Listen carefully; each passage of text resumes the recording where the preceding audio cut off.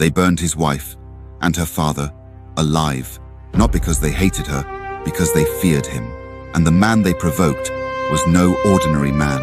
He was a weapon, chosen by God, feared by nations.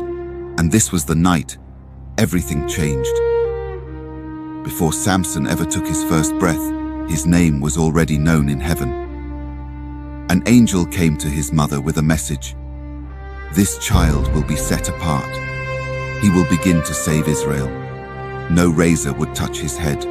No ordinary life would be his, because some men are born for war.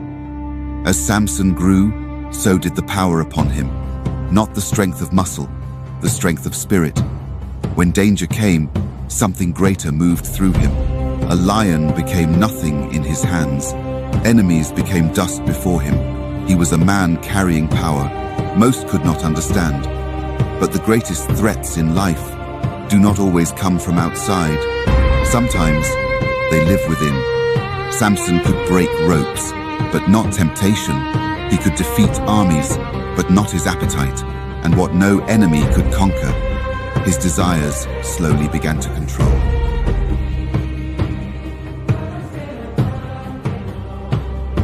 Then Samson fell in love, not with one of his own people, but with a woman from the enemy's land.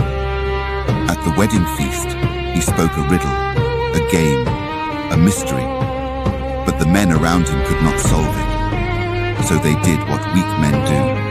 They used fear. They threatened the woman he loved until she wept her way into the answer.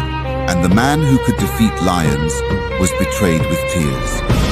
Samson answered humiliation with fire. Fields burned, harvests vanished, the land cried in smoke.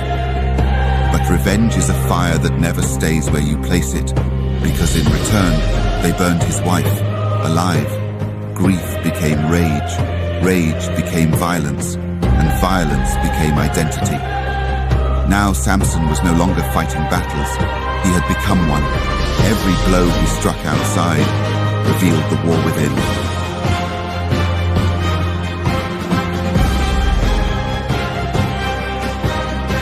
Then came Delilah, beautiful enough to distract him, patient enough to study him, dangerous enough to destroy him.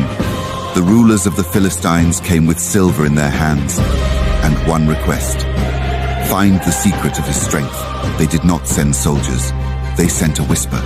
She asked him once, he lied. Again, he lied. Again.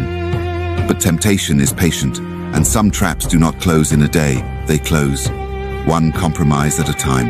At last, the strongest man alive grew tired, tired of resisting, tired of saying no. So he told her everything, about the vow, about the calling, about the hair that marked a life set apart. He placed sacred things into careless hands. That night, while he slept, the symbol of his consecration was cut away.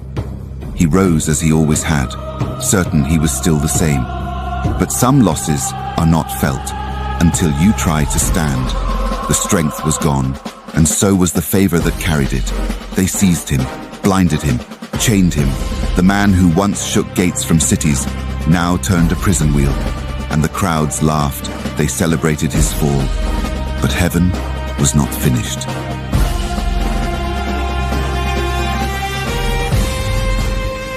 In the silence of suffering, something returned.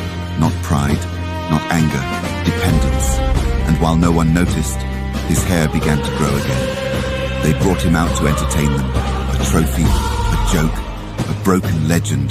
They laughed at the man who once made nations tremble. But they forgot one thing. Broken men can still pray. Standing between the pillars, Samson prayed the prayer he should have prayed long ago. Lord, remember me, just once more. And with one final push, the pillars broke, the temple fell, the mockers screamed, and in death, Samson struck a greater blow than he ever did in life. Samson was never destroyed by a woman, or by enemies. He was destroyed the moment he stopped guarding what God gave him.